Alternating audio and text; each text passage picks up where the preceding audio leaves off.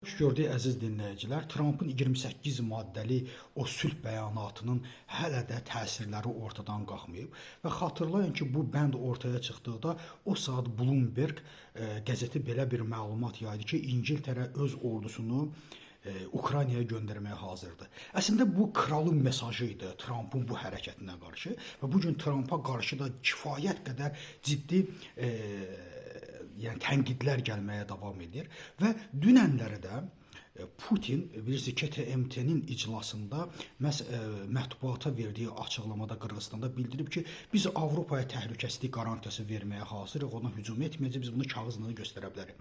Eyni məqamda, eyni prosesdə məhz Türkiyə Müdafiə Nazirliyindən gələn açıqlama çox heyrətamiz və mən deyərdim ki, çox gözəl və vaxtında edilmiş bir mesajdır.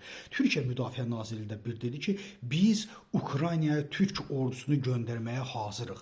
Baxın, bunlar elə bir prosesdə baş verir ki, güya Putin öz dünyasında Avropaya sülh qarantiyası vermək istəyir. Amma bu günləri Türkiyə, Ukraynanın təhlükəsizliyi məsələsi birbaşa NATO-nun və NATO qüvvələrinin Ukraynada iştirakından keçir. Çünki Duginçi bir fikir də var ki, əşi, eybi yox, bu günləri müharibəni saxlayaq, sabah onsuz da Ukrayna məsələsini həll edərik. Yəni, nəyin bahasına olursa olsun, hər hansı bir sülh sazişi yetərsizdir və Ukraynanın təhlükəsizliyini qoruya bilməz. Ukraynanın təhlükəsizliyi yalnız və yalnız NATO ölkələrinin, Türkiyə kimi, İngiltərə kimi ölkələrin Ukraynaya öz hərbi hissələrini göndərməsi ilə həyata keçə bilər ki, məhz dünən Avropa İttifaqı da məhz Trumpı qınayan bir bəyanat verib və qəbul edib ki, Trumpın bu günləri ziqzaqlı hərəkətləri Ukraynada olan sülhə əslinə qalsa mane olur və Ukraynanın qalibiyyətinə mane olur və böyük bir bəyanat da hazırlayıblar və o bəyanatda da